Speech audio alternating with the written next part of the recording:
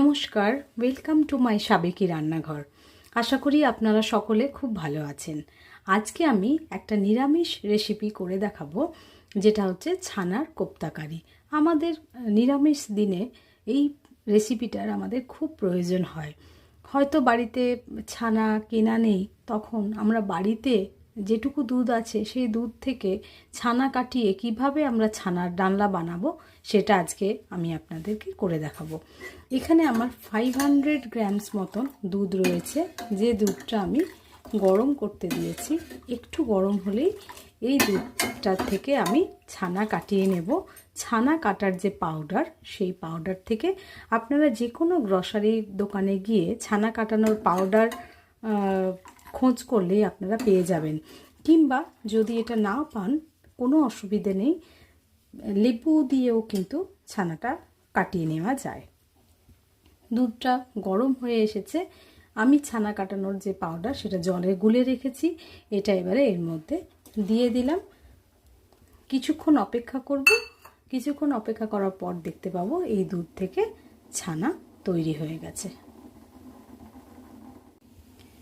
Minute 3 পর আমি আবার ফিরে এলাম। দেখুন কিভাবে এটা ফুটছে। দুধটা ফুটে গিয়ে ছানা আর জল সম্পূর্ণভাবে আলাদা হয়ে গেছে। এবারে আমি এটা গ্যাস বন্ধ করে নিয়ে ছানাটা ছেঁকে নেব। ছানার থেকে জলটা আমি এবারে ছাঁকনির সাহায্যে ছেঁকে নিচ্ছি।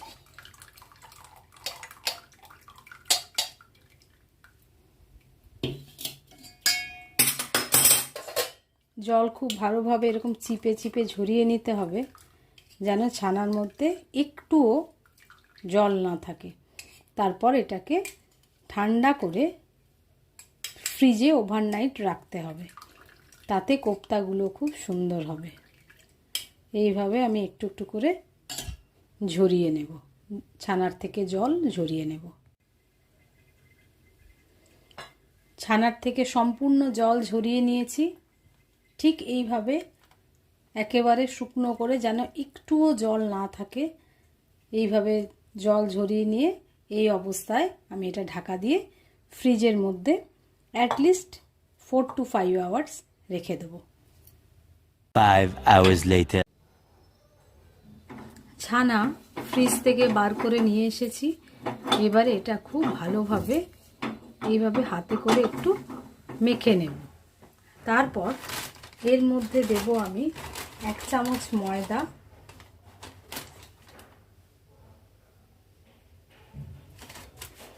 কর্নফ্লাওয়ার,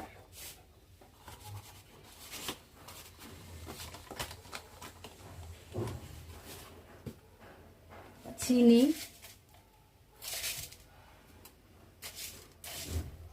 নিরামিষ রান্না যেহেতু একটু মিষ্টি মিষ্টি হবে, আর দেব আন্দাজ মতো নুন, দেব কিছু ড্রাই ফ্রুটস, কাজু কিশমিশ আর এলাচ। এলাচ থেকে খুলে এলাচের দানাগুলো দেব, দিয়ে এটা ভালো করে মেখে নেব।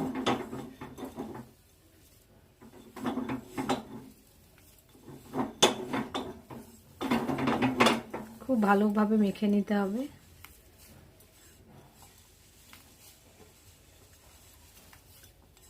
ছানা থেকে যে এই ডো ফর্ম হচ্ছে, এটা ওভারনাইট আমি ফ্রিজে রেখেছিলাম বলেই কিন্তু এটা পসিবল হচ্ছে। এটা কিন্তু সঙ্গে সঙ্গে করলে এতটা সুন্দরভাবে কিন্তু এটা ডো তৈরি করবে না।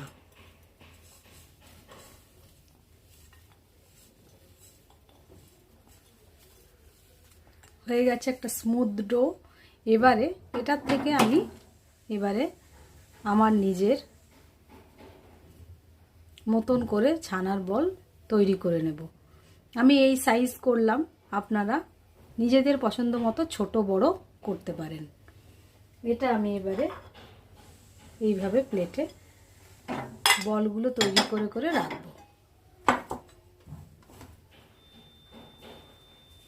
নিরামিষের মধ্যে এই ছানার ডালনা খুবই একটা জনপ্রিয় রেসিপি।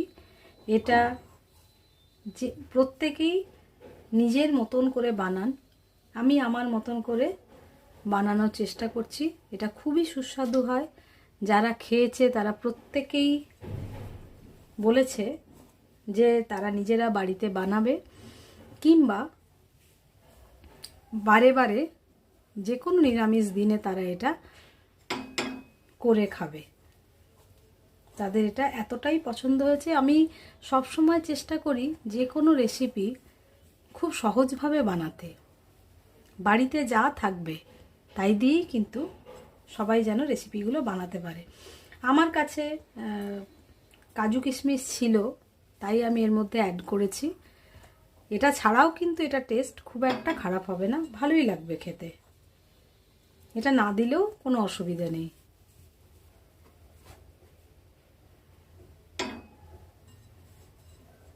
এইভাবে আমার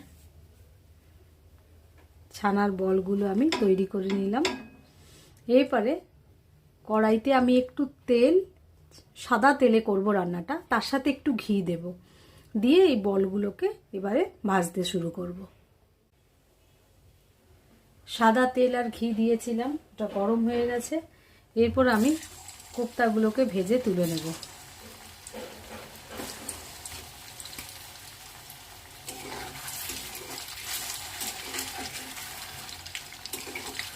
কোপ্তাগুলো একটু হালকা ব্রাউন, লাইট ব্রাউন করে ভাজবো।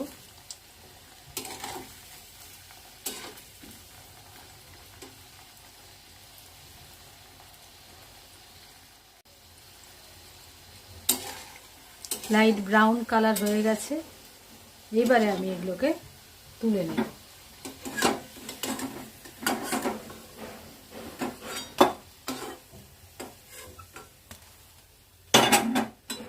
এইভাবে একটা একটা করে কোপ্তা, বাকি কোপ্তাগুলো আমি ভেজে নেব।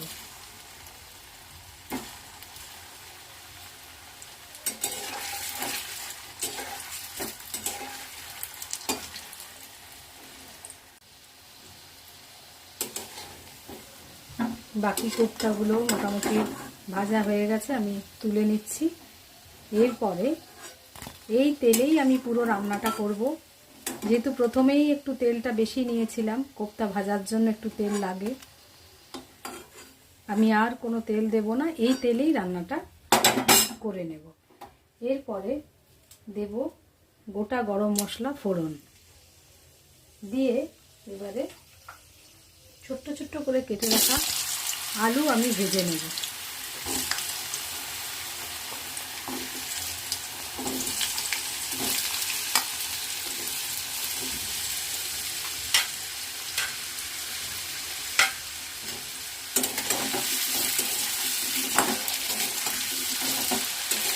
অনেকেরই এই ছানার কোপ্তা রান্না করতে গেলে কোপ্তাগুলো ভেঙে যায়, ঠিক সুন্দর করে বলের মতন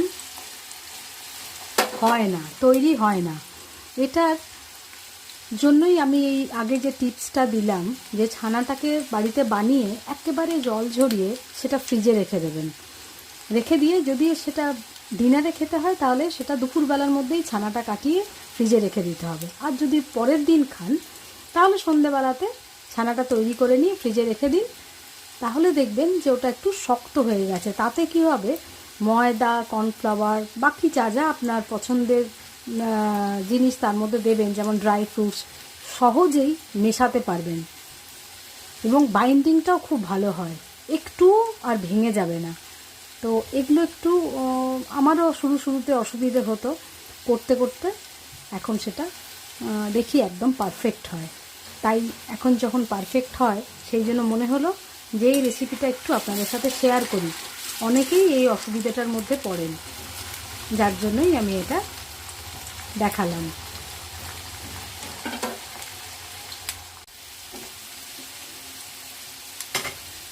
আলু ভাজা হয়ে গেছে। এবারে আমি দেখিয়ে নিই আমি কি কি মশলা এর মধ্যে দিচ্ছি। প্রথমেই নিয়েছি আমি 1.5 চামচ মতো দই, টক দই নিয়েছি, আদা বাটা 1 চামচের বড় চামচ, ধনে গুঁড়ো, এটা জিরে গুঁড়ো, আর হচ্ছে কাশ্মীরি রেড চিলি। এগুলো সব আমি জলে গুলে নিয়ে তারপর এখানে দেব।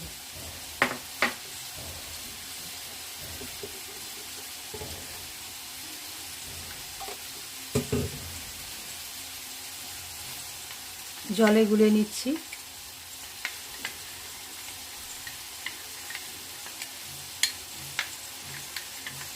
মশলা জলের মধ্যে গুলেই সবসময় দিতে হয়, তাতে মশলা পুড়ে যাওয়ার চান্স কম থাকে। এইভাবে স্মুথ করে নিলাম, নিয়ে এবার এটা আমি মশলার মধ্যে দিয়ে দেবো।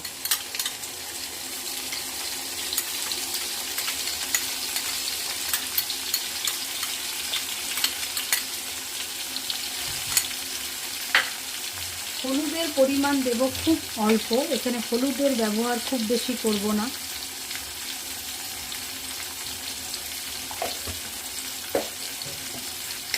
দেব চিনি আর অবশ্যই পরিমাণ মতো নুন।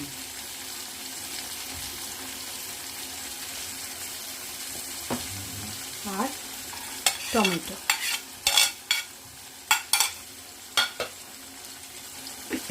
দিয়ে খুব ভালো করে মশলাটাকে কষিয়ে নিতে হবে কম আঁচে ঢাকা দিয়ে। মশলা কষানো হয়ে গেলে তার থেকে তেল অটোমেটিক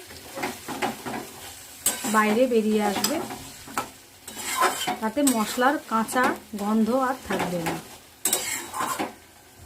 আমি এর মধ্যে মশলা যে বাটিতে গুলেছি তাইতে একটু জল গুলে নেব, দিয়ে এর মধ্যে দিয়ে দিলাম, ভালো করে নাড়িয়ে নিচ্ছি। একটু ঢাকা দেব আর কম আছে মশলাটা কষতে দেব, সাথে সাথে আলুটাও সেদ্ধ হয়ে যাবে।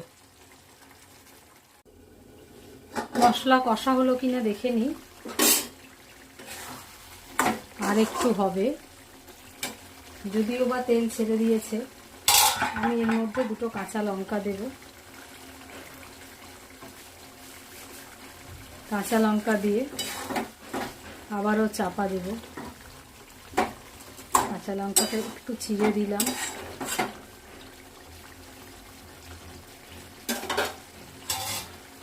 আবার ঢাকা দিচ্ছি আলুটা সেদ্ধ হওয়া অবধি।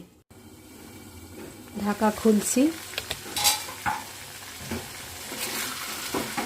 মশলা ভালো করেই কষা হয়ে গেছে, আলুও সেদ্ধ হয়ে গেছে। এরপর এর মধ্যে কোপ্তা মিশিয়ে দেব।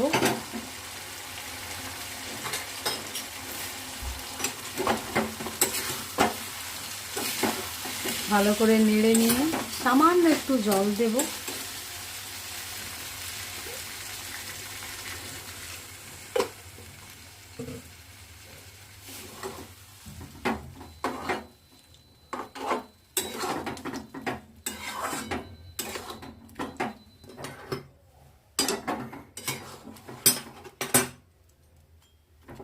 আর আমি ঢাকা দেব না।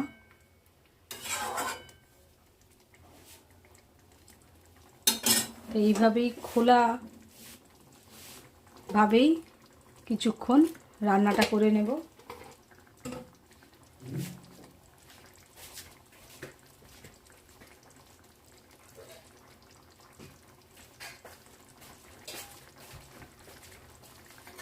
আরেকটা জিনিস যেটা আমি দিই সেটা হচ্ছে বাড়িতে ফোটানো এরকম দুধ আর সর।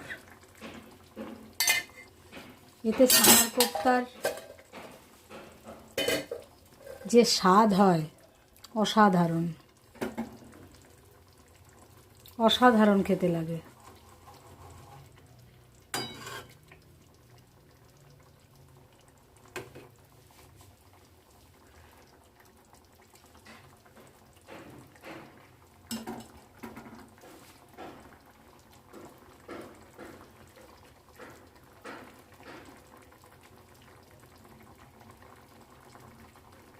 ব্যাস, আমার ছানার কোপ্তা রেডি।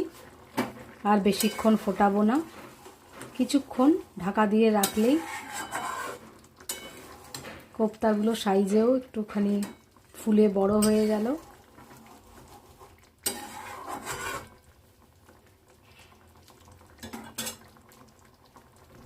গ্যাস বন্ধ করছি, কিছুক্ষণ স্ট্যান্ডিং টাইমে রেখে তারপর এটা আমি সার্ভ করব। ছানার কোপ্তা আমি সার্ভ করেছি। খুবই সুস্বাদু হয় এই রেসিপিটা খেতে। আশা করি আপনারা অতি অবশ্যই বানাবেন এবং আমাকে কমেন্টে জানাবেন যে আপনাদের কেমন লাগলো। তাহলে আজ এই পর্যন্তই, পরে আবার দেখা হচ্ছে অন্য কোনো রেসিপির সাথে। টাটা।